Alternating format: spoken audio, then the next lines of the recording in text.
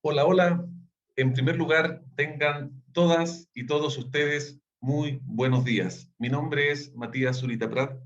Soy el jefe de comunicaciones de la Superintendencia de Seguridad Social y hoy voy a estar moderando esta presentación. En segundo lugar, queremos agradecerles a todos y a todas ustedes profundamente su interés en esta capacitación que hoy nos convoca, que se ha titulado Protocolos de Seguridad Sanitaria Laboral COVID-19 para las empresas, en el marco de lo establecido en la ley número 21.342, siempre, claro está, en el ámbito de las competencias de la Superintendencia de Seguridad Social. Les cuento que estamos llegando ya conectados a 983, 984 participantes que están conectados desde todo Chile. Estamos leyendo recién el chat. Les queremos agradecer a todas las personas que nos están saludando. A Yelén Soto desde el Servicio de Salud Bio Bio, Los Ángeles. Saludos para allá. Claudia García de Valdivia. Alex Orellana. Les aviso desde ya que este seminario está siendo grabado y quedará también a disposición de todas las personas para que puedan verlo en caso de que por alguna razón tengan que salir. Muy buena noticia, les cuento. 1000 participantes en este momento conectados, por lo tanto acabamos de llegar a nuestro límite. Ya lamentablemente Zoom tiene un límite y quiero hacerles una invitación, ya en caso que ustedes tengan un colega, una colega, un compañero de otra institución que les esté preguntando y que también se haya inscrito, queremos comentarle que esta capacitación está siendo retransmitida en este instante a través de Facebook Live de unos amigos que se llaman Canal Prevención. Ellos son el único canal de televisión online referente en prevención de riesgos. ¿Ya? En ese canal ustedes van a poder encontrar programas para compartir conocimientos sobre seguridad y salud en el trabajo todas las semanas después de las 20 horas. Si ustedes ven ahora en el chat, yo les voy a compartir un link que acaba de ser enviado para que ustedes también puedan compartir con algunas personas que por alguna razón no hayan logrado ingresar dentro de las 1000. ¿Ya? El interés en esta capacitación llegó a que tuviéramos más de 2.700 personas inscritas. Por tanto, puede que le ocurra que alguna persona que ustedes conozcan no pueda ingresar. Los invitamos, les voy a copiar nuevamente ahí por si se les pasó. Está en el chat, ya pueden verlo ahí directamente. Saludos, Andrés Vera desde el Instituto de Seguridad Laboral de Coquimbo.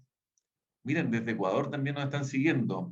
Arique Perinacota, Mineduc, Marcela de Antofagasta.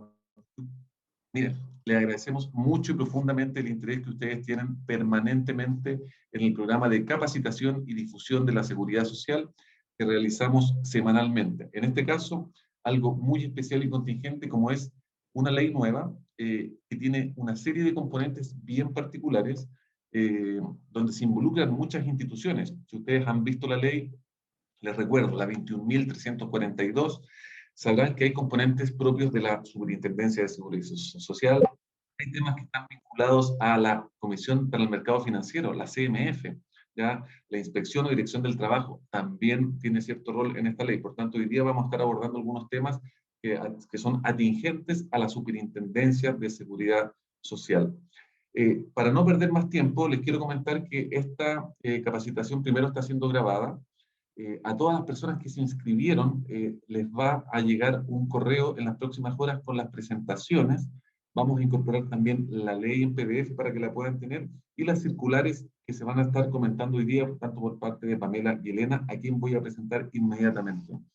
Tenemos el lujo de tener a dos excelentes presentadoras, dos mujeres muy capaces que nos van a aclarar todo aquello que no quedó claro en la ley o todo aquello que es importante para que ustedes puedan, tanto en sus instituciones, en sus empresas, puedan aplicar de esta ley que hoy día nos tiene con tantas preguntas. Quiero presentar en primer lugar a Pamela Gana, quien es Intendente de Seguridad y Salud en el Trabajo de nuestra institución. Muy buenos días, Pamela. Ahí la vemos que ya dio su camarita, muy bien. Y quiero presentar también a Elena Contreras, quien es la jefa de unidad de prevención de nuestra Intendencia de Seguridad y Salud en el Trabajo, quienes van a compartir dos presentaciones. Y lo importante, probablemente les aviso, vamos a estar entre 15 y 20 minutos haciendo la presentación, porque lo grueso de acá va a ser las preguntas. Nosotros queremos tratar de responder todas aquellas cosas que ustedes ya analizaron de la ley, ya analizaron de la circular, pero que les quedan algunos espacios de duda, ¿cierto? Voy a empezar a compartirles, como les decía Matías, la idea de este webinar es poder hacer una presentación muy corta, yo en términos generales, después Elena, que va a profundizar en el protocolo, y dejar el resto del espacio solo para preguntas. Lamentablemente, quisiéramos decir que esta es una sesión para que usted pregunte todo lo que siempre quiso saber de la ley 21.342 y no se atrevió a preguntar y nosotros se lo respondemos, pero lamentablemente no va a poder ser así, porque hay algunos temas de la ley que no son competencias de la Superintendencia de Seguridad Social. Por lo tanto, nos focalizaremos en lo que es de nuestra competencia. Le empezaré a compartir la presentación. Ahí sí, vamos, entonces. Dale. Bueno, lo primero que es muy importante, se volvió a la otra, ahí sí. Lo primero que es muy importante es que toda la norma relacionado a que está establecido en la ley 21.342 es aplicable mientras esté vigente el estado de alerta sanitaria por COVID-19. Recuerden que la alerta sanitaria está dado por una resolución, por una normativa del Ministerio de Salud. No es el estado de excepción, que es distinto. Esto está dado por la alerta sanitaria. Todo lo que está en la ley rige hasta la alerta sanitaria. Muy importante tener presente. Entonces, vamos a ver muy resumidamente cuáles son los contenidos de la ley. Más que entrar en el detalle, vamos a priorizar el tiempo para las preguntas. Por lo tanto, uno puede decir más o menos que son 4 los contenidos principales de la ley. Primero está el implementar la modalidad de teletrabajo según lo establece el artículo 1. Eso significa que son para algunos trabajadores que determina el artículo 1, son principalmente los que tienen algunas condiciones de salud, que hacen más vulnerable a que se agrave la enfermedad en caso de contagiar el virus, también para personas que fueron beneficiarias de la licencia médica preventiva parental, los que tienen el cuidado de los niños menores y adultos. Obviamente el trabajo que realizan tiene que ser compatible con el teletrabajo y de no ser así se les debiera ofrecer algún tipo de puesto que no esté en contacto con público. En todo caso, no vamos a entrar en más detalle en este tema del teletrabajo y las preguntas no sean relacionadas a esto porque, como dice ahí, esto lo interpreta la Dirección del Trabajo y como superintendencia no tenemos competencias respecto a esto. En segundo, lo contenido importante de la ley es que, y eso es lo que nos vamos a centrar, y Elena después va a entrar a profundizar, es que las empresas deben contar con un protocolo de seguridad laboral sanitaria. Aquí es importante que la ley lo que dice primero es que las mutualidades deben poner a disposición este protocolo tipo. Pero la verdad es que lo que decidimos hacer por un tema de que sea más fácil la aplicación es que nosotros como superintendencia emitimos ese protocolo tipo que está siendo distribuido por las mutualidades, lo estamos dando a conocer en este webinar, y las empresas lo que deben hacer es adaptarlo a la realidad de cada una de las empresas. ¿Qué es lo que, desde cuándo tiene que estar presente este protocolo ya realizado? Es primero, para cualquier empresa que esté en una actividad presencial, ya sea que lo estaba al día 1 de junio, que fue cuando entró en vigencia la ley, o bien que reanude, cuando reanude tiene que tenerla, y o si ya estaba en funcionamiento el 1 de junio de forma presencial, tiene hasta el 15 de junio, que ya pasó, para tener este protocolo ya listo. El siguiente, Matías. Y obviamente está sujeto a multas y sanciones que determina la ley, que son aplicadas por la Dirección del Trabajo y las Seremías de Salud. Matías. Y como les decía, nosotros decidimos hacer este protocolo tipo que se tradujo en una circular, que es la circular 3597 de la Superintendencia de Seguridad Social, y ahí está contenido el protocolo tipo, está disponible en ese sitio web que ustedes lo van a tener ahí, pueden acceder. Es un protocolo tipo que está en un formato Word y que pueden ustedes editarlo desde las empresas para adaptarlo. Obviamente hay contenidos obligatorios que tienen que estar en ese protocolo. Dale nomás, María. Ahora, algunas preguntas que nos han surgido. Si bien va a haber espacio de preguntas, que es lo central de este webinar, vamos a poner algunas preguntas que ya nos han llegado, que son las más típicas. La primera es si esto aplica al sector público. ¿Qué es lo que dice la ley? La ley habla de empresas y trabajadores. Generalmente cuando se habla del sector público se habla o de servicios o de entidades empleadoras, que es más amplio, y se habla de funcionarios. Por lo tanto, no queda claro desde la lectura de la ley, lo que sí durante la tramitación se habló que era más bien para el sector privado, pero la competencia para definir si esto aplica o no aplica al sector público la tiene la Contraloría General de la República. Por lo tanto, nosotros como superintendencia no nos pronunciaremos al respecto, y lo que hicimos fue que la semana pasada se envió un oficio a la Contraloría para que dé su opinión de interpretación. Por lo tanto, en cuanto salga ese oficio, lo daremos a conocer. Pero obviamente, muchos de los servicios públicos ya han estado operando desde o siempre, o reabrieron ya hace un buen tiempo, y es altamente recomendable que tienen que tener protocolos de seguridad, porque el jefe de servicio también tiene la obligación de mantener la seguridad y salud de los funcionarios.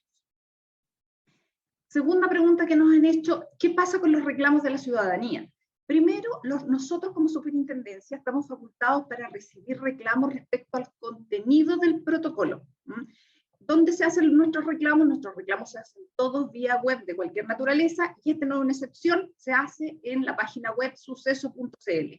¿Qué tipos de reclamos son? Del contenido. ¿A qué se refiere esto? Por ejemplo, si una de las obligaciones que tiene que decir el protocolo es que se tiene disponible alcohol gel.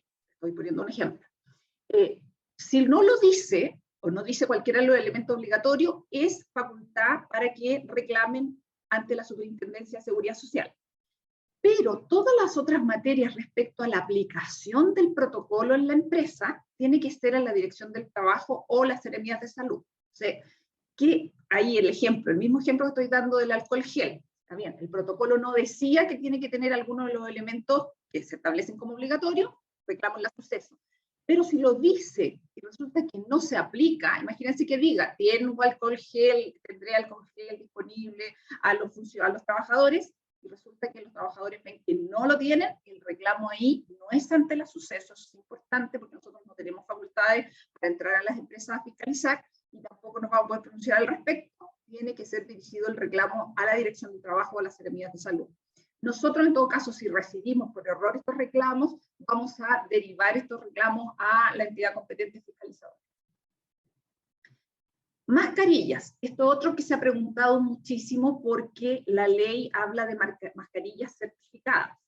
Entonces, ¿qué es lo que se hizo? Se le hizo la consulta al MinSal. Nosotros como superintendencia, para poder emitir el protocolo, le hicimos la consulta al MinSal, que estableció que podían ser certificadas tanto en Chile o en el extranjero. En términos, se nos ha hecho muchas preguntas de cómo se sabe que está certificado en Chile o en el extranjero. Se determinó que no tiene que estar en algún registro del Instituto de Salud Pública, sino que van a ser aceptadas, se entenderán también como aceptadas las mascarillas quirúrgicas, las mascarillas que todos usamos, las mascarillas quirúrgicas. Esto dejaría fuera las mascarillas más bien artesanales de género, sino que las mascarillas quirúrgicas. Creo que eso es muy importante. Obviamente de esto está exceptuado el sector salud, que está expuesto directamente a los aerosoles que contienen el virus. Esto entiéndase que hay una resolución explícita del Ministerio de Salud respecto a los trabajadores de salud que están expuestos directamente, y ellos se les considera que la mascarilla es un elemento de protección personal, y esas son las certificadas, por lo menos la N95 hacia arriba.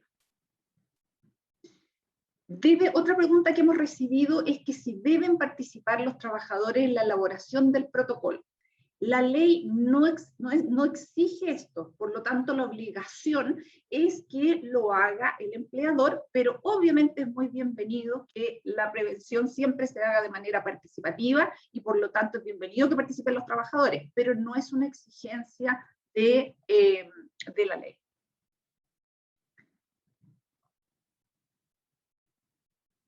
En tercer lugar, Alemania. El tercer tema que abarca, bueno, como decía, todo lo que es protocolo, Elena va a profundizar. Ahora, en tercer lugar, la ley elimina la carencia de los 3 días que tiene cualquier licencia médica de salud común, en este caso va a ser por COVID-19. Ojo, acuérdense que estamos hablando ahí de salud común. La salud laboral, recuerden que no tiene carencias. La salud laboral paga el subsidio desde el primer día, pero la salud común, entiéndase financiado por FONASA, por la ISAPRES, tiene las 3 días primeros de carencia, es decir, los primeros 3 días de la licencia médica no se pagan. ¿Qué es lo que hizo esta ley? Eliminó esos 3 días de carencia en los casos de enfermedades relacionadas, de diagnóstico relacionado a COVID, entiéndase COVID confirmado, contacto estrecho, sospechoso, probable u otro que determine la autoridad. Dale, Matías. ¿Y esto para cuándo? ¿Desde cuándo rige? Desde licencias emitidas a partir del 1 de junio del 2021, que es el día que se publicó la ley. En todo caso, ahí también les dejo el link de un ordinario emitido por la superintendencia que da más referencias al respecto.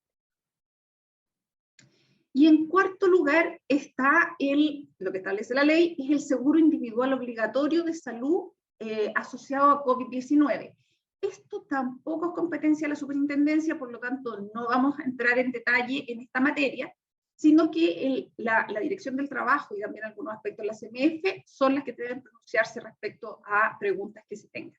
Lo que sí es importante señalar al respecto es que recuerden que las prestaciones de COVID-19 o cualquiera que son calificadas como de origen laboral no requieren copago por parte del trabajador, ¿cierto? Son atendidos y cubiertos totalmente por las mutualidades o el ISL según corresponda. Por lo tanto, para todas las enfermedades, todos los diagnósticos relacionados a COVID de origen laboral, acá no opera este seguro individual obligatorio porque no requiere el copago.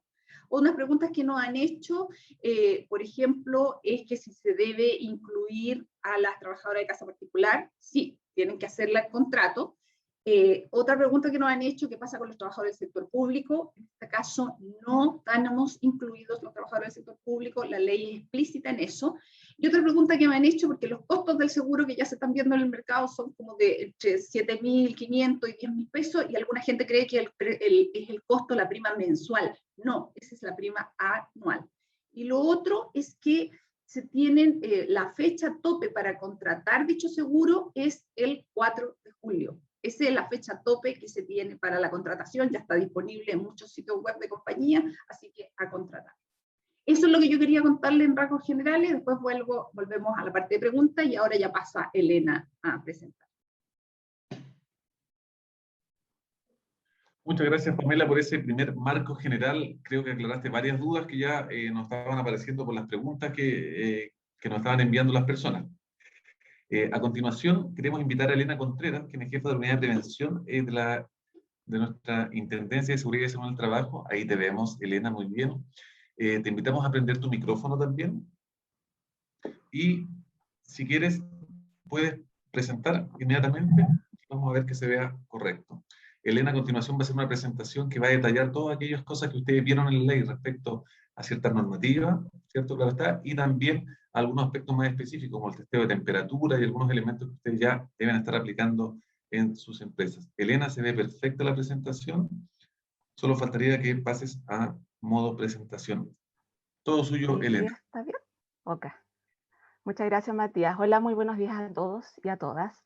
Me corresponde presentar en el contexto del protocolo de seguridad laboral, específicamente el protocolo que elaboró la Superintendencia de Seguridad Social.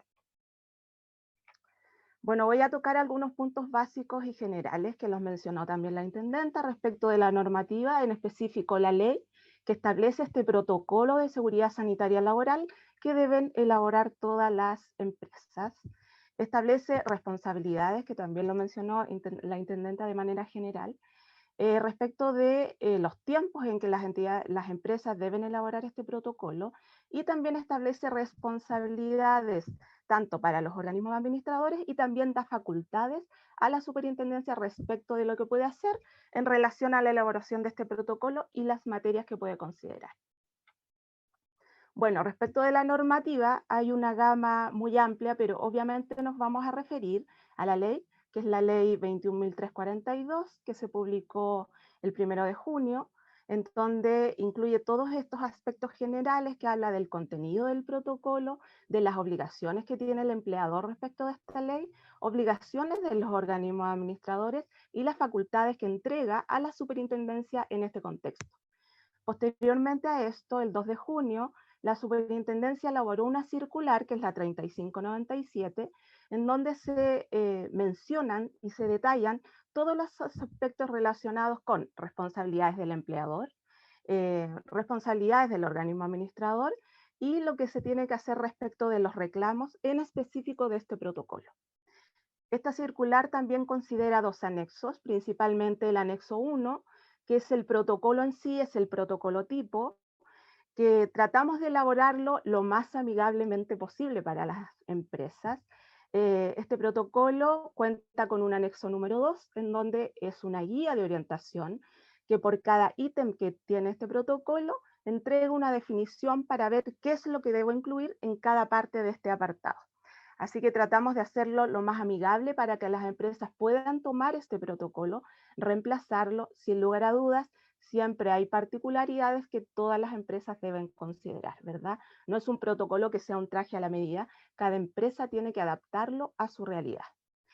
Todas estas normativas las ha difundido los organismos administradores en sus plataformas web, pero también la pueden encontrar en la página de la superintendencia, específicamente en normativa y jurisprudencia, en el apartado de circulares.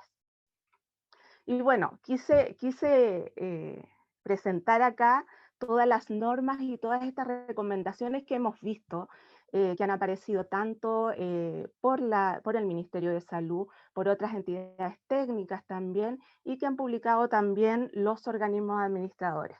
En específico nos tenemos que centrar para la elaboración del protocolo en lo que es la normativa. Hablamos de la ley, hablamos de la resolución 43 del Ministerio de Salud, que hace muy poco, que me parece que el 1 de junio también se adaptó y se actualizó de acuerdo a los aforos, así que también la tenemos que tener presente.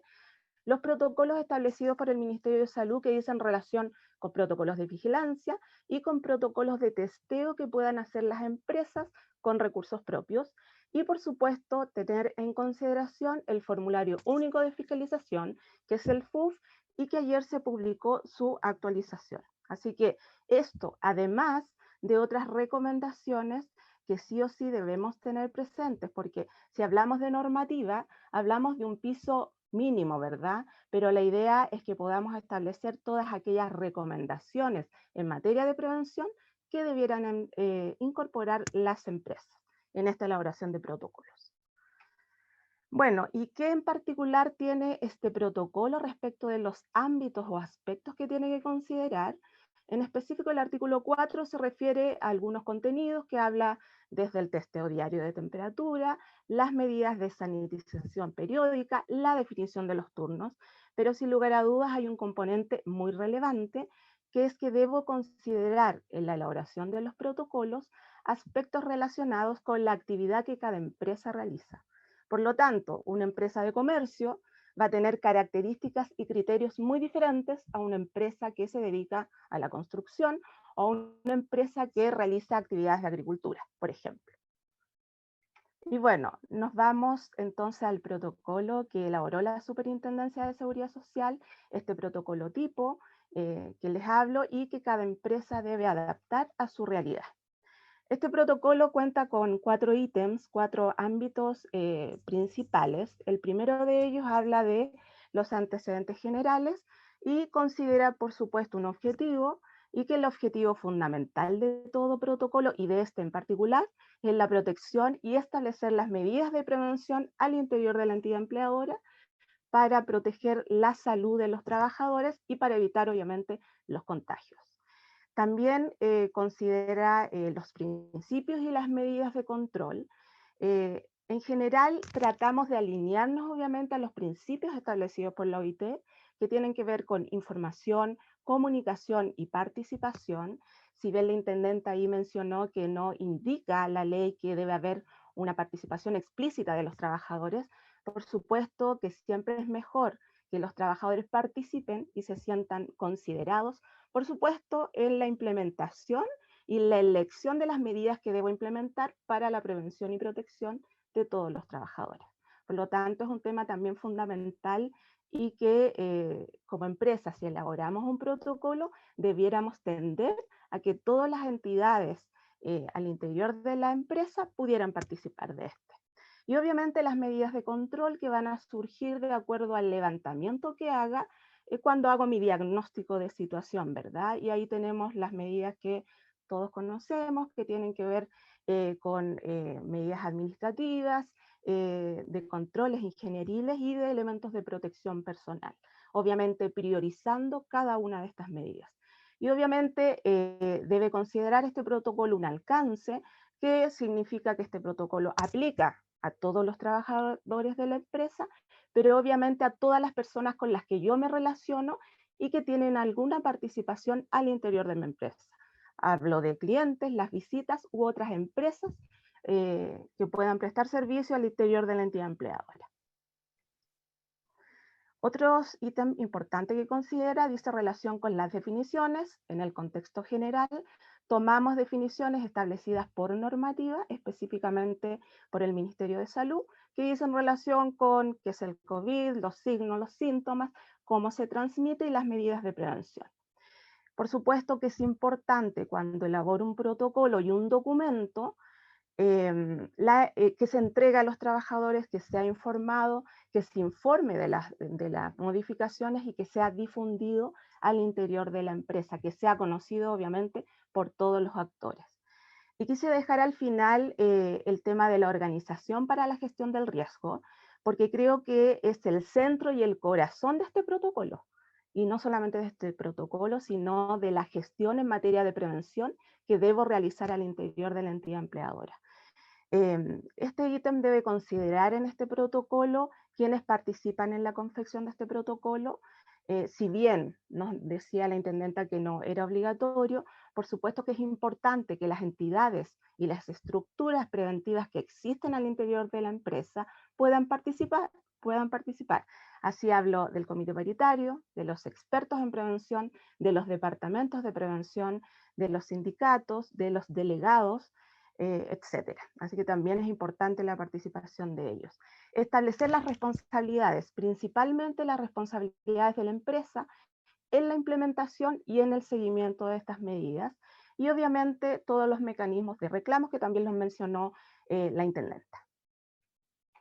En el apartado número 2, que se refiere específicamente a las medidas preventivas de gestión de riesgo, hablamos principalmente de la reincorporación laboral, es decir, mi empresa tiene una actividad esencial, ¿en qué etapa del paso a paso me encuentro? Recuerden que cada una de estas etapas considera algunos criterios que debo implementar, algunas actividades que puedo realizar o no, qué trabajadores pueden volver de manera presencial a la entidad empleadora y cuál es la condición de riesgo que puedan tener estos trabajadores que los pueda poner en una mayor situación de riesgo de poder contagiarse o enfermarse.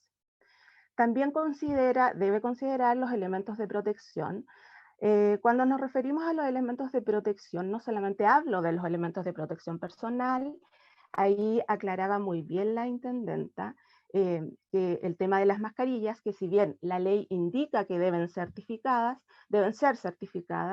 el Ministerio de Salud realizó una aclaración mediante el ordinario 1963 del 31 de mayo, en donde indicó que se entenderá por mascarilla certificada aquella que se encuentre certificada por entidades competentes nacionales o extranjeras.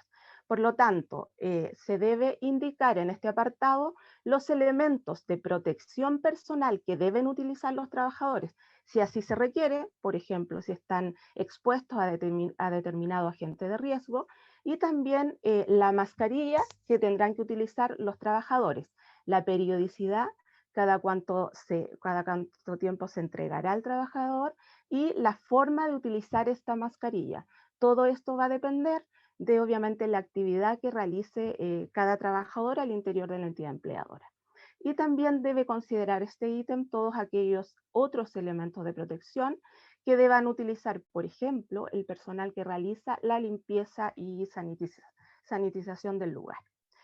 También debe considerar las medidas generales o las medidas universales que escuchamos a diario, que tienen relación con el lavado de manos, el distanciamiento físico y la limpieza.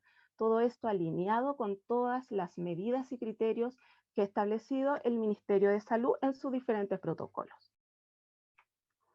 El ítem número 3 se refiere específicamente a las acciones ante casos sospechosos y el testeo. ¿A qué nos referimos con esto? Principalmente a los procedimientos.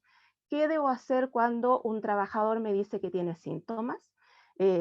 Cuando un trabajador me dice, sabe que en mi casa un familiar se contagió de COVID, a lo mejor yo soy contacto estrecho. Todos estos procedimientos deben estar claramente establecidos en el protocolo que elabore la entidad empleadora. Y también nos referimos a dos temas generales y particulares que también están emitidos por regulación del Ministerio de Salud, que se refiere principalmente al testeo, que es en particular la búsqueda activa de casos, que lo vamos a llamar como VAC, y que tiene dos componentes principales.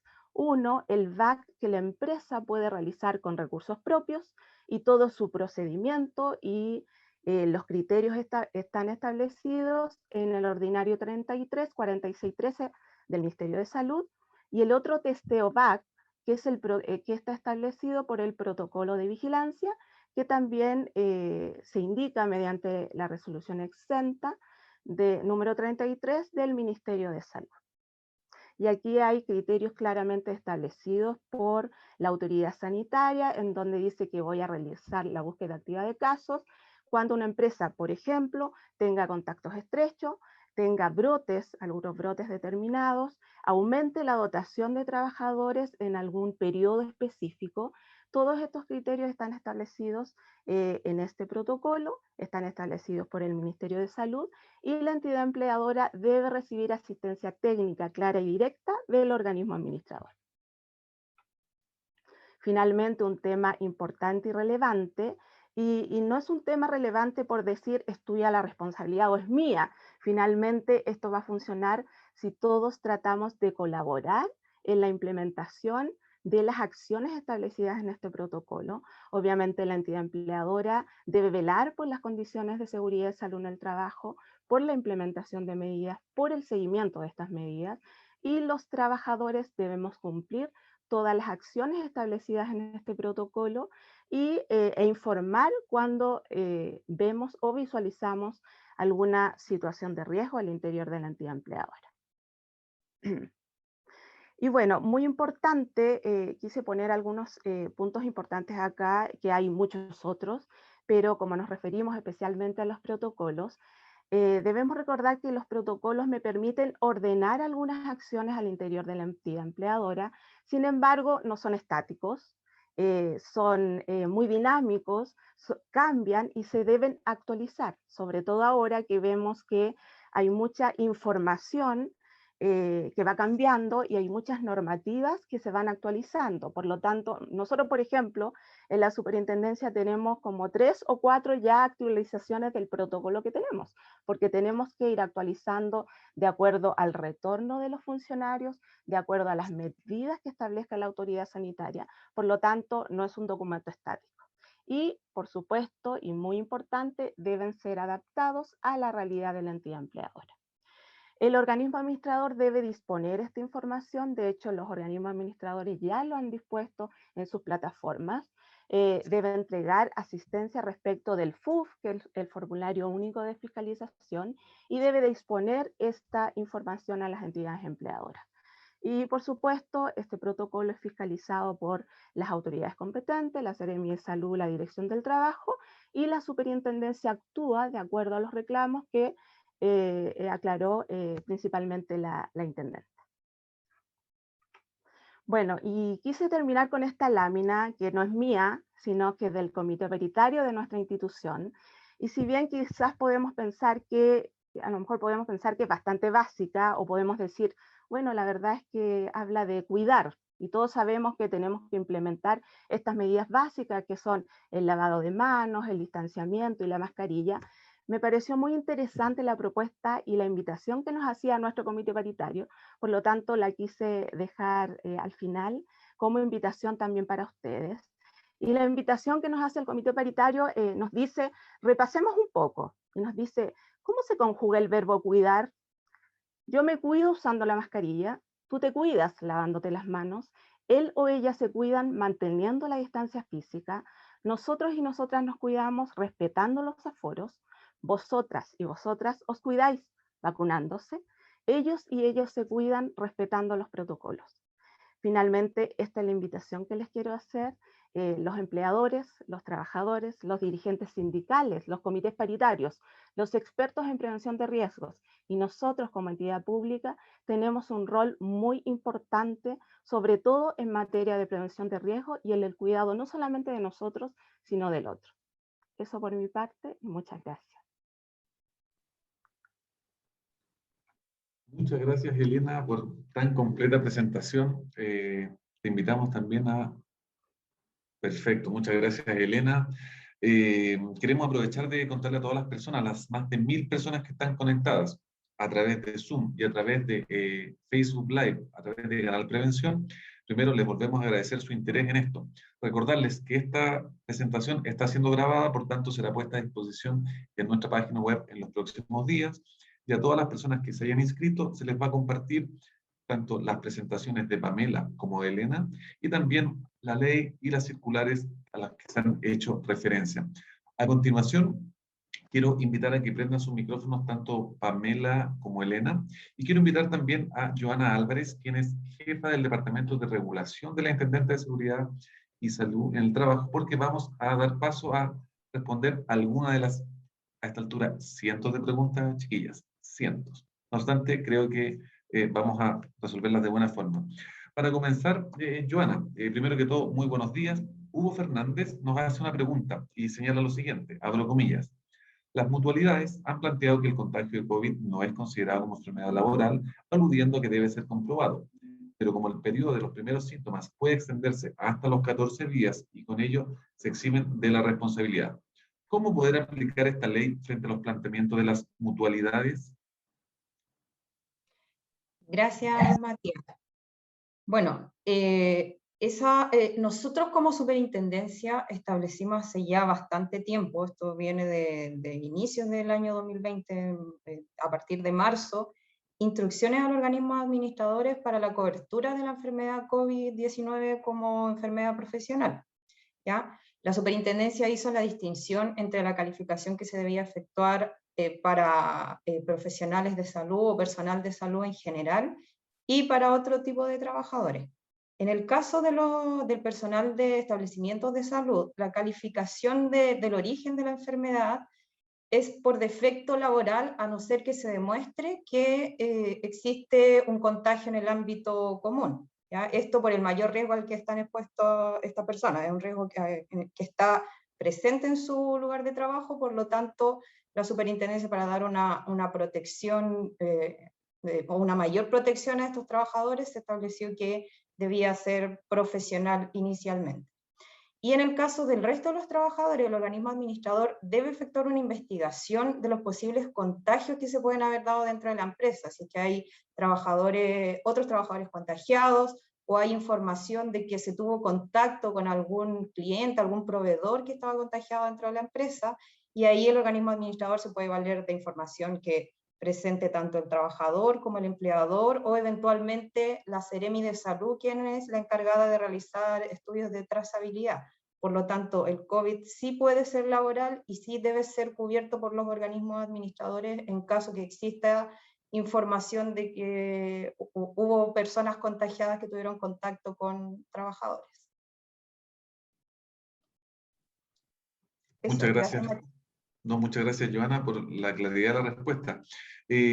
Pamela, voy a hacer dos preguntas en uno. La primera de Alex Manríquez, que nos pregunta cómo se relaciona la guía de actuación que propuso anteriormente la superintendencia en nuestra página de Paso a Paso Laboral en relación con este nuevo protocolo.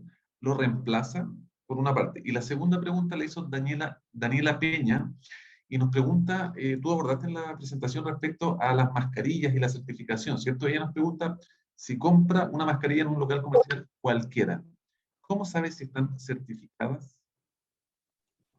Ya, primero lo del protocolo. Nosotros el año pasado, tipo mayo del año pasado, cuando se lanzó la página web de Paso a Paso Laboral, que todavía está disponible, entregamos para la comunidad, para las empresas, un protocolo tipo que no tenían exigencias legales, pero que estaba basado en toda la normativa y procedimientos que había establecido el Ministerio de Salud.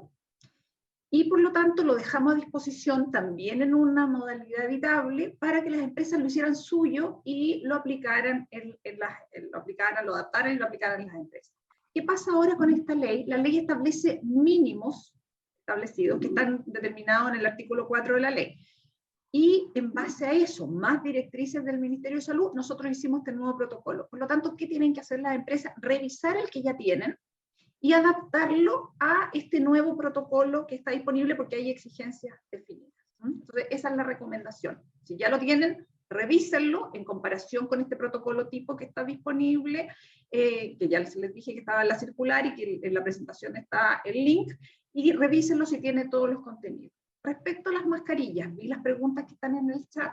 A ver, hacen varias preguntas. Primero, ¿cómo sé que está certificado? Generalmente las cajas traen unas certificaciones que puede que sean bastante rudimentarias, pero lo importante que en el FUF, que es el formulario único de fiscalización, que es este también que está disponible en Paso a Paso Laboral. Ustedes entran a Paso Laboral y lo primero que van a ver es abajito ahí la página de inicio, algo que dice formulario único de fiscalización. Pinchan ahí y está actualizado, esta semana lo actualizamos, y está disponible, y van a ver que en el caso de las mascarillas dice, transcribe lo que dice la ley, pero hay una nota al pie que señala muy bien que el tipo de mascarillas que se van a aceptar cuando vayan los fiscalizadores es el típico que usamos todos, que son las mascarillas quirúrgicas, con la excepción de lo que les dije, que los trabajadores de la salud tienen las mascarillas definidas como elemento de protección personal. Ahora, muchas preguntas decían, ¿qué pasa con las de género? Hay muchas instituciones que han hecho de género, que tienen el logo de la institución.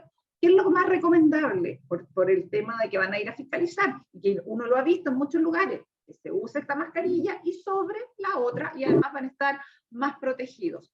Ahora, existen unas mascarillas también que preguntaban dentro del chat, que decían que hay unas con fibra de cobre o algo de cobre. Esas tienen algún tipo de certificación, por lo tanto, si muestran cuando los vayan a fiscalizar que tienen la certificación, también debieran ser aceptadas. Pero lo más recomendable, recordemos que nuestro objetivo a través de estos webinars es dar más certeza, es que esta es la más indicada y que está indicada ahí en el formulario único de fiscalización. Eso. Perfecto, Pamela. Por tanto, seguimos con nuestra mascarilla celeste, ante todo. Tenemos otra pregunta, y esta, Elena, a ver, yo creo que tú nos puedes ayudar a responder lo siguiente. Son nuevamente un 2 en 1. Primero, Claudia Vázquez nos pregunta qué función cumplen los comités paritarios en estos protocolos, si la ley los considera o no. Y la segunda, si es que la empresa no cuenta con un prevencionista, es decir, tiene menos de 25 trabajadores, no cuenta con un comité paritario u otro, ¿puede cualquier trabajador encargarse de esa elaboración del protocolo? Ok, gracias, Matías. Principalmente los comités paritarios tienen un rol fundamental, obviamente. Ahora, si la ley lo indica un rol principal en los comités paritarios tienen funciones, ¿verdad? Tienen que participar en el ámbito de la prevención de riesgo, por lo tanto, los comités paritarios podrían colaborar en la elaboración de este protocolo. Por eso yo en la presentación indiqué que era importante la participación de los trabajadores. Así que los comités paritarios, dentro de las funciones que tienen, que si bien no es por esta ley, sino para la otra normativa, debieran poder participar y colaborar en la elaboración de este protocolo. Obviamente es responsabilidad del empleador, pero los comités como entes en materia de prevención pueden colaborar. En aquellas empresas, obviamente, que no hay comités paritarios, los trabajadores, es responsabilidad del empleador la implementación y la elaboración de este protocolo, pero sin lugar a dudas, si yo fuera empleador, tendería a que los trabajadores participaran, ya que son ellos quienes realizan las actividades y son ellos quienes están más al tanto de de las medidas de prevención que pudiera implementar. Así que deberán colaborar también. No hay nada establecido, no hay nada normativo, pero esta es una buena práctica y es una promoción en materia de prevención. Eso principalmente. No hay nada establecido en normativa respecto del comité paritario ni de las empresas que tengan menos trabajadores. Gracias, Elena. Joana, Gabriel Beas Cortés nos pregunta, en caso de que se haga uso del seguro obligatorio indicado en esta ley, ¿deja de ser catalogado como enfermedad profesional en caso de que se presente un caso ante el organismo administrador? Gracias, Matías.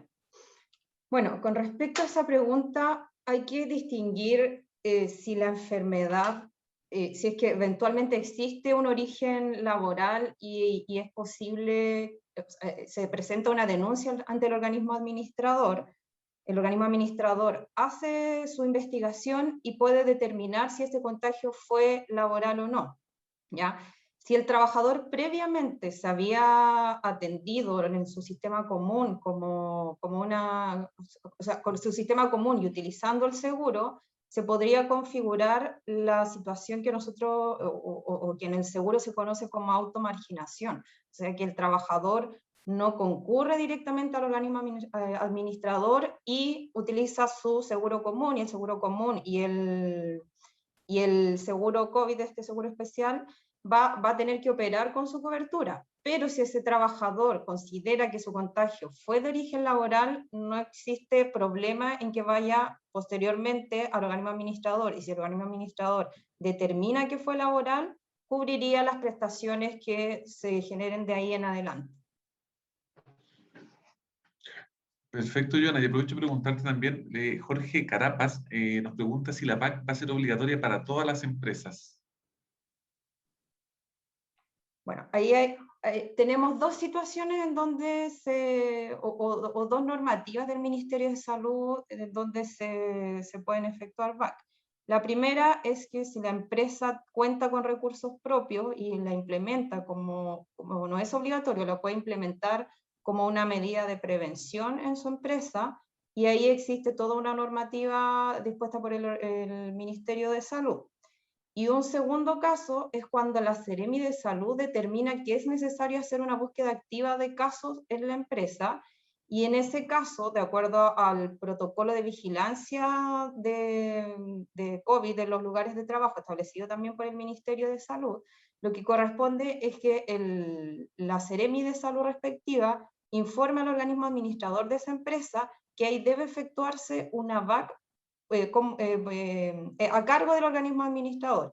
Y eso ocurre cuando en la empresa se detectan brotes o conglomerados por COVID-19, contactos estrechos, o la misma Seremi determina que esa empresa está con un nivel más alto de riesgo, y por lo tanto el organismo administrador ahí debe concurrir a hacer los testeos que correspondan, y en eso tenemos nosotros también bastante normativa, que la pueden encontrar en nuestra página web en la sección circulares, en donde hemos dado instrucciones a los organismos administradores para realizar o otorgar esta prestación que es en el ámbito preventivo a las empresas. Pero eso es solamente si la Seremi lo determina. No es posible que una empresa lo solicite al organismo administrador. Perfecto, Joana, clarísimo. Pamela, te queremos invitar a responder esta pregunta porque yo también incluso no me queda tan claro. ¿El protocolo es por empresa o por centro de trabajo? ¿Se especifica? A ver, ahí hay un tema porque se establece que el protocolo es por empresa, pero también se dice que tiene que ser adaptado a la realidad de cada lugar de trabajo. Por lo tanto, uno lo que debiera hacer es tener un protocolo general, pero obviamente que si tengo distintas condiciones en distintos centros de trabajo, tengo que contemplar esas realidades. Por ejemplo, no sé, si hay distintas sucursales, un banco o cualquiera tiene distintas sucursales, y las sucursales son muy distintas una entre sí, una puede estar en un quinto piso, la otra puede estar a nivel de suelo, etcétera, debiera tener contemplado esas características. Otra pregunta también relacionada al protocolo que alguno preguntó, si hay que subirlo a algún lugar, si hay que enviarlo a algún lugar. No hay que enviarlo a ningún lugar. Lo que usted tiene que hacer es, tiene que primero hacerlo, Tiene que hacerlo, tiene que darlo a conocer a los trabajadores, es importante aplicarlo, por cierto, y tenerlo disponible por si alguno de los fiscalizadores llega a su empresa. También preguntaron por ahí, ¿qué pasa si la mutualidad me lo dio a conocer el 15 de junio recién? Le digo que lo que se aplica siempre es que una ley publicada se presume conocida por todos. Ciertamente no es así, por eso estamos haciendo estas instancias de difusión, pero nosotros desde el día, el 3 de junio, nosotros dejamos disponible el protocolo tipo, se ha difundido por muchos lugares, las mutualidades, el ISL lo tienen disponible en su sitio web, si no es a partir del 3 de junio, del 4 de junio, por lo tanto se presume conocido, los fiscalizadores ya podrían ir a las empresas a verificar que existen estos protocolos y que se están aplicando. Clarísimo, intendenta. Mire, hay un concepto que se presentó, que yo creo que para nosotros como superintendencia es muy habitual, no obstante a algunas personas les puede quedar alguna duda sobre qué significa. Yo creo que es muy importante clarificarlos, intendenta. Francisca Vega nos pregunta qué significa eliminar los 3 días de carencia en una licencia médica, que es un aspecto muy importante de esta nueva ley. Sí, es un aspecto muy importante porque recuerden que las licencias médicas, hablando no de salud laboral, recuerden que salud laboral es todo lo regido por la ley 16744, que es lo que administran las mutualidades del ISL, ¿cierto? Cuando yo me enfermo o me accidento, pero no es de origen laboral, sino que me accidenté o me enfermé porque me caí no sé, en mi casa, o me contagié en este caso de COVID porque alguien en mi casa estaba contagiado, o no se determinó que era de origen laboral, entra la salud común. Entiéndase, la salud común le llamamos en nuestra jerga a todo lo que es la salud cubierta por FONASA o ISAPRES, o por la red de salud pública, en caso de que no sea una persona que está cubierta por ese tipo de seguro. O sea, todos los que tienen seguro ISAPRE y FONASA, lo que se benefician es que con la licencia médica siempre tiene 3 días de carencia. ¿Qué significa eso? Que si mi licencia duraba 5 días, los 3 primeros días no son pagados. Por lo tanto, ¿qué es lo que hace esta nueva ley? Elimina esos 3 días de carencia. Porque recuerden, por ejemplo, que hay en algunos casos, cuando no son COVID confirmados, se tiene 4 días de reposo de licencia médica. Y por lo tanto, si no existiera esta ley, los 3 primeros días no se pagarían y solo se pagaría uno. Por lo tanto, lo que hizo esta ley es que estos 3 días ahora sí se van a pagar. O sea, se paga la licencia médica por COVID en cualquiera de los diagnósticos desde el día número 1. Espero haber aclarado la duda. Sí, yo creo clarísimo, yo creo que es muy importante que las personas conozcan eso de 3 días de carencia porque se los van a preguntar a sus sindicatos, organizaciones, etc.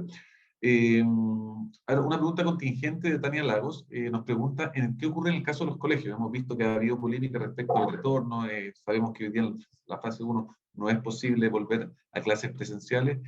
Si esto es obligatorio para todos los docentes y para docentes, ¿se especifica algo en la ley? No sé, intendenta, Joana, no sé quién me puede ayudar a responder esa.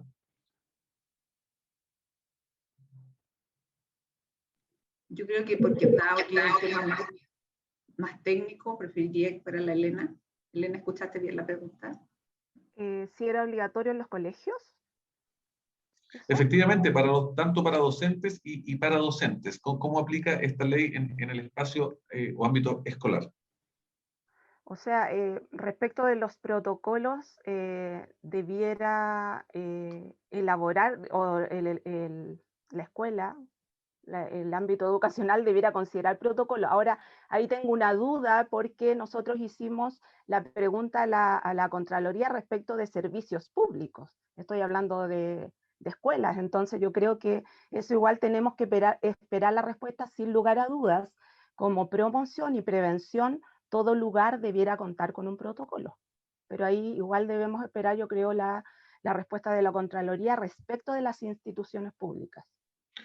Y otras instituciones, por ejemplo, otros colegios, otra universidad, obviamente les es aplicable y tienen que hacer el desarrollo de este tipo de protocolos. Y Matías, disculpa, pero me acordé de una de las preguntas que vi, que también está relacionado a la cobertura, o sea, la aplicación de protocolos en el sector público, que preguntaban respecto de los aforos, si aplicaba para los hospitales públicos. De nuevo ahí la respuesta está dada por cuando se pronuncie la Contraloría General de la República, si es que aplica o no. Entonces también se aplicaría, a menos que exista una norma explícita, que a lo mejor puede que sea más exigente incluso, que se podría haber emitido el Ministerio de Salud. Así que estamos a la espera, todo lo que es el ámbito público, municipal, entiéndase, colegios, hospitales, los servicios, etcétera, a espera del pronunciamiento de la Contraloría, pero como decía Elena, obviamente es altamente recomendable por un tema de deber de protección, de que se tengan los protocolos y las medidas de seguridad en aplicación. Perfecto, vamos a estar muy atentos a ver qué responde Contraloría en ese punto. Intendenta, ¿y qué ocurriría en el caso de una empresa que tiene contratada a su vez subcontratistas? ¿En quién recae la responsabilidad de la elaboración del protocolo? A ver, la que tiene la responsabilidad siempre es la empresa que contrata al trabajador. Por lo tanto, la contratista debiera tener su propio protocolo, pero no obstante tiene que estar en coordinación con la empresa principal, que es la que contrata a ese subcontratista, para que incluya también a las personas que están subcontratadas y están operando en el centro de trabajo. Por lo tanto, también debieran contemplarlo en todo lo que es el protocolo que establezcan. Por ejemplo, yo estoy acá en la oficina, bueno, en el caso de soy funcionaria pública, pero si yo aplicara un protocolo, obviamente la gente del aseo, que es subcontratada, no la voy a excluir respecto a cómo interactúa conmigo y cómo se establecen los elementos de seguridad y los aspectos de seguridad y salud para evitar los contagios mutuos, ¿no? Creo que este es un tema bien también de como de sensatez, o sea, tengo que aplicar la sensatez de que tengo que proteger a todos, entre todos nos tenemos que cuidar. Buen punto, y recordemos la lámina que nos presentó Elena Contreras al finalizar. Entre todos nos cuidamos, es responsabilidad de todos. Joana, sabemos que todavía estamos con el foco de contagios COVID muy alto. Tenemos en el caso nuestro de la región metropolitana, estamos todos en cuarentena y sabemos que todavía los casos no han bajado todo lo que quisiéramos. Nos preguntan si las atenciones por COVID van a afectar la siniestralidad de las mutuales. Sí, Matías. Bueno, con nuestras definiciones, las instrucciones previas que nosotros hemos dado a los organismos administradores es que toda enfermedad laboral debe ser considerada dentro de la siniestralidad de la empresa, y esto incluye al COVID, por cierto.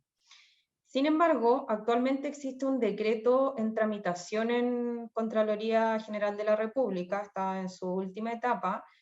Si ese decreto supremo se aprueba por la Contraloría General de la República, el proceso de evaluación de la siniestralidad que se debe realizar este año sería suspendido. Por lo tanto, este año no habría evaluación si es que tenemos ese decreto aprobado. Entonces, ahí las empresas van a continuar con las mismas tasas que ya habían sido calculadas en el año 2019. Esto en el entendido de que en la situación de pandemia que estamos, la siniestralidad de las empresas no es representativa de una siniestralidad futura. Exactamente, ni tanto para el alza ni para la baja, ¿cierto? Joana, aprovecho de preguntarte lo mismo. No, adelante, Elena, por favor, si quieres complementar. No, sí, iba a seguir, disculpa, no. Sigue Joana nomás y después es que quiero responder algunas que viene el chat que son bien generales respecto de aforo, limpieza, pero que continúe Joana, después continúe. Mira, tengo una más respecto a COVID para Joana y seguimos con esa. Mira, Joana, nos preguntan si un trabajador en el caso de ser contacto estrecho está a la espera de un resultado PCR, entendiendo que no puede reintegrarse al trabajo hasta tener su resultado. ¿Quién cancela esos días sin trabajar, considerando que hasta ese momento no tendría licencia médica? Nos preguntan. Ya, mira, las disposiciones tanto de la autoridad sanitaria del Ministerio de Salud como las de la superintendencia indican que sí debe cubrirse los días de reposo por los contactos estrechos, ¿ya? O sea, por lo tanto, sí debe existir una licencia médica o una orden de reposo emitida por alguna mutualidad. Sin embargo, la definición de contacto estrecho es una facultad exclusiva de las Seremis de Salud. Por lo tanto, solo en ese caso se podrían otorgar licencias médicas. Y si el contacto estrecho se produjo en el ámbito común, o sea, si estaba en la casa, si estaba en una actividad social, o cualquier situación que no haya sido en el trabajo, ahí lo que corresponde es que la Seremi de Salud emita una licencia tipo 1, que es respecto a la cobertura de enfermedades comunes, y se le otorguen los 11 días de licencia al trabajador.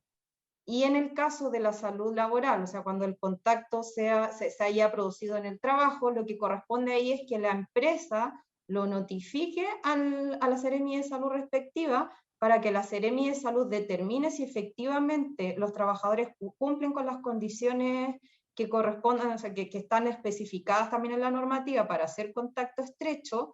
Y si eso se produjo en el trabajo, la Seremi va a comunicar directamente al organismo administrador para que el organismo administrador emita todas esas órdenes de reposo en el caso de las mutualidades, o una licencia tipo 6 en el caso del ISL.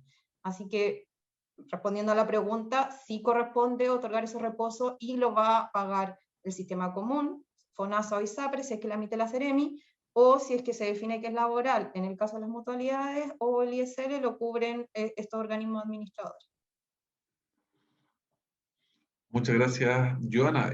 Pame, tú, complementando eso, algo bien particular que nos preguntan, y te aprovecho de hacer un 2 en 1. ¿Qué ocurre? Joana nos acaba de explicar qué ocurre en el caso de los trabajadores, ¿cierto? En el caso de ser COVID de carácter laboral, por la Seremi, etc. Pero alguien nos pregunta específicamente qué ocurre en el caso de los funcionarios públicos en el ámbito laboral.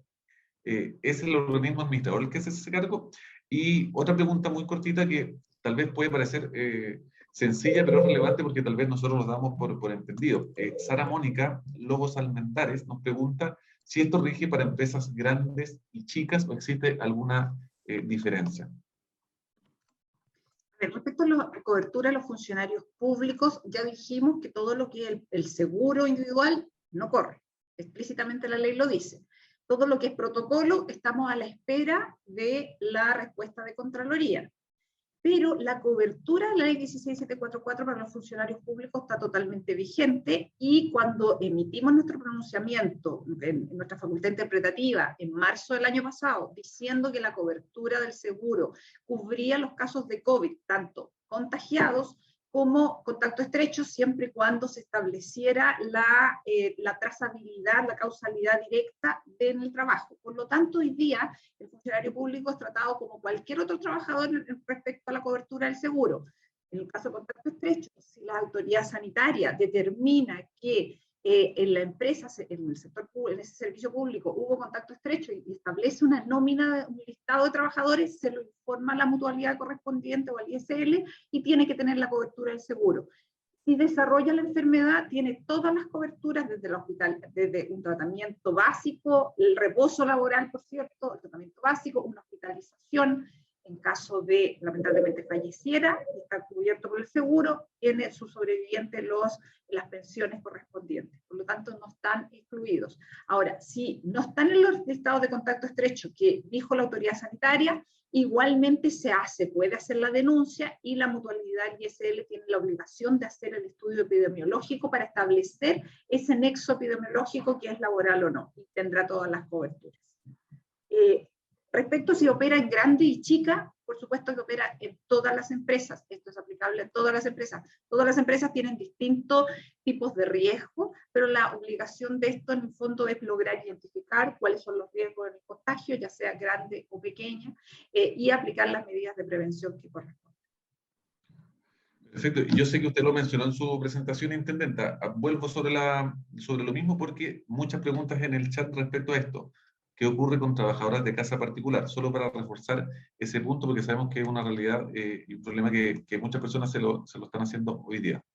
El protocolo no aplica, no es que no que en la casa yo tenga que tener un protocolo para las normas de seguridad para mi trabajador de casa particular. No, eso no aplica, pero lo que sí aplica es que tiene que contratar el seguro individual de salud por COVID, y eso está disponible en Hoy día hay muchos haciendo publicidad. De hecho, alguna gente me ha preguntado si están relacionadas a algunas fundaciones. ¿Se acuerdan que los típicos seguros de auto, el obligatorio de auto, siempre están relacionados a algunas fundaciones? Yo he visto que algunas ya tienen ese link con algunas fundaciones también. Así que contrátelo. Insisto, la prima va como de 7.000 a 10.000 pesos anuales. No ese es el monto mensual, anual.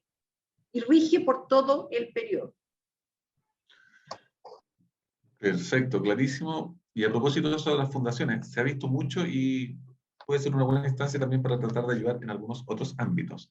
Elena, sabemos que tienes algunas preguntas ahí que has seleccionado respecto a algunas temáticas de orden general. ¿Tú nos puedes responder algunas de ellas, por favor? Sí, Matías, traté de revisar todas las preguntas que habían respecto del protocolo, de la estructura y de lo que ha dicho la normativa del MinSal. Bueno, nos preguntan respecto de la limpieza y desinfección, ¿cuál es la diferencia? Esto está establecido claramente en el protocolo del MinSal. Toda esta información está disponible en la página web del MinSal y también han hecho difusión los organismos administradores. Ahora, recordemos que la limpieza tiene que ver con que yo remuevo algo mediante agua, jabón, detergente, y la desinfección obviamente es a través de un producto químico. Pero esto obviamente se tiene que hacer considerando el protocolo establecido por el Ministerio de Salud, y así también está descrito en el FUF, así que ahí también lo pueden revisar. Nos hablan también de los aforos. Hay una modificación respecto del aforo que salió el 2 de junio, me parece, en la resolución 43. No hay nada establecido respecto de los aforos o cómo se calcula el aforo en ambientes laborales que no sean los que atienden público. Sin embargo, los organismos administradores tienen varios instrumentos y recomendaciones de cómo yo podría abordar el tema del aforo. Recuerden que esto obviamente va a depender de la actividad que yo realice. Así que eso es súper importante. Solamente hay establecido aforo para el tema de atención de público. Las mascarillas, nos decían, oye, ¿cómo me aseguro yo de que esta mascarilla está certificada? Ahí la intendenta igual lo mencionó y lo recordó. Sin lugar a dudas, si yo fuera empleador, vería quién me está, a quién le compro la mascarilla, de qué manera me está certificando que esta mascarilla efectivamente tiene un registro o tiene una certificación. Yo creo que eso es lo más relevante frente a la compra de una mascarilla.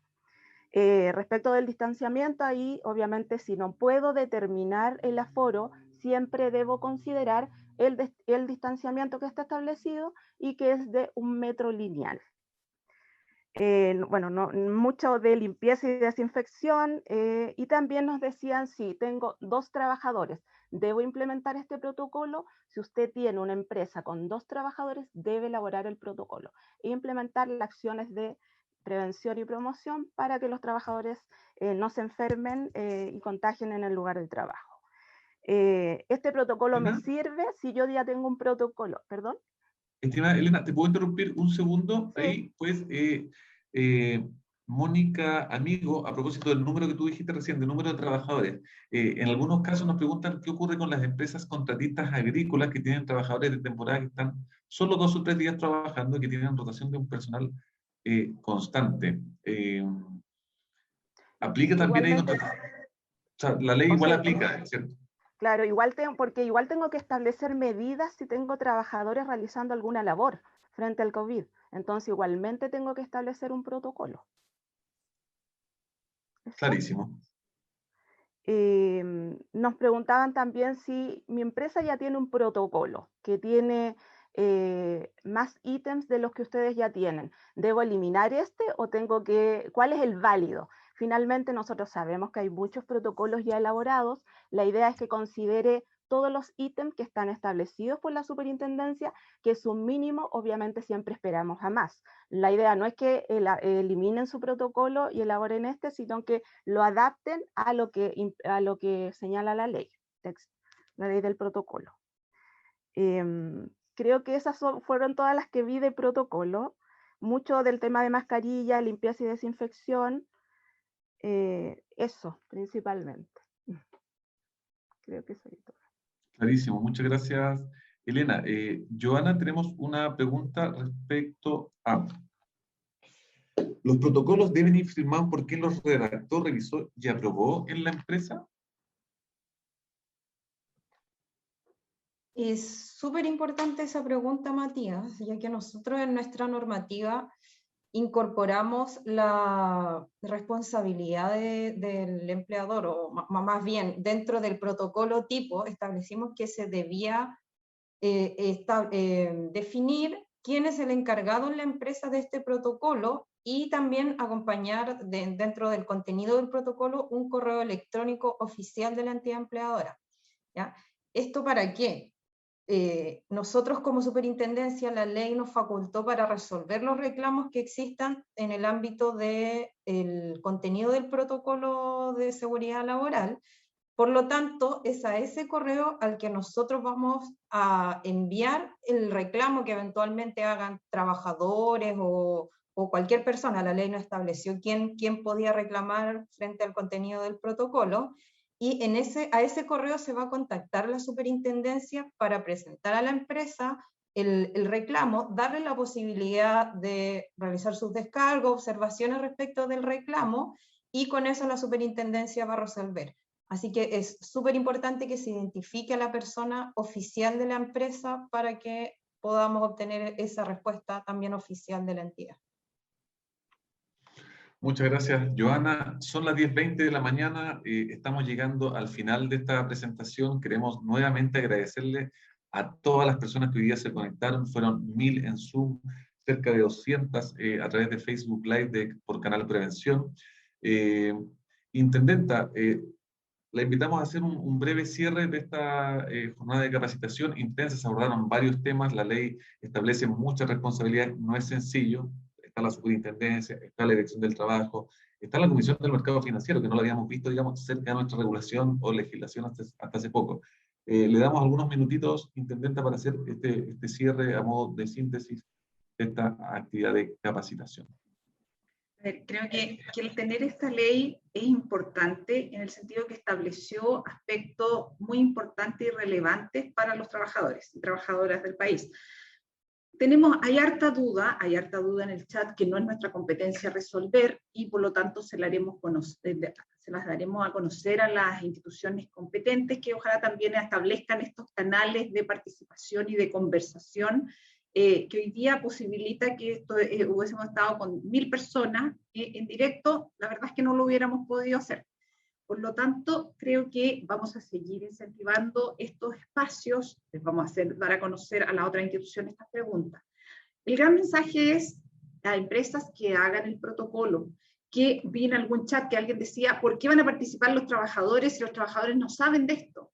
La verdad es que lo importante es que pueden participar o no pueden participar, pero la comunicación, el diálogo social al interior de la empresa es vital en muchos aspectos, como país, como empresa también, y es vital en aspectos preventivos, porque muchas veces el fabricar un protocolo más de lo lejos y no entendiendo, no haciendo parte al que es parte del trabajo en el lugar, al final es inoficioso, porque va a terminar que no opera, no sirve.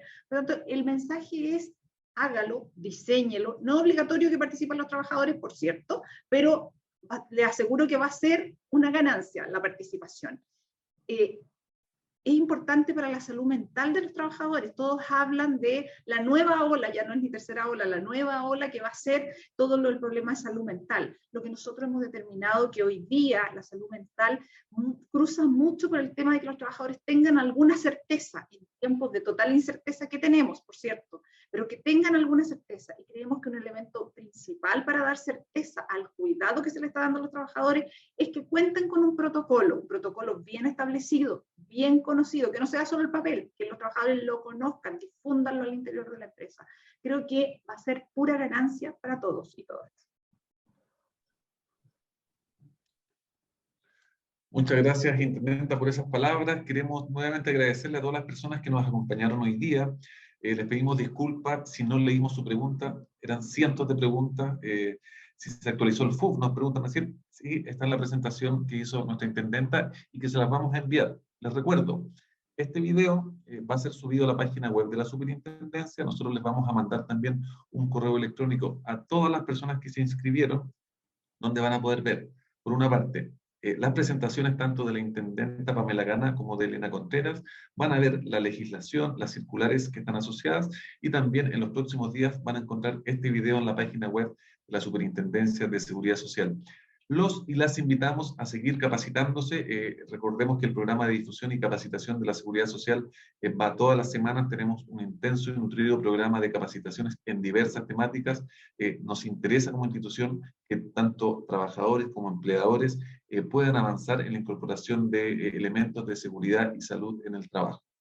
Le agradezco nuevamente, Intendenta Pamela Gana, a Joana Álvarez, jefa del Departamento de Regulación, a Elena Contreras, jefa de la Unidad de Prevención y Vigilancia, me había comido esa parte antes, de nuestra querida ICESAR. Le agradecemos nuevamente, que tengan un muy buen día y gracias por sumarse una vez más a las transmisiones de la Superintendencia de Seguridad Social. Y también a todos los amigos que nos siguieron por Facebook Live, el canal de Prevención. Háganle un me gusta a esta página, van a encontrar contenido muy interesante. También les agradecemos por acompañarnos hoy día en esta transmisión. Nos quedamos cortos en el Zoom, lamentablemente, un problema muy bonito, y nos pudieron seguir a través de Facebook Live. Que tengan muy buenos días y hasta pronto. Un abrazo para todos.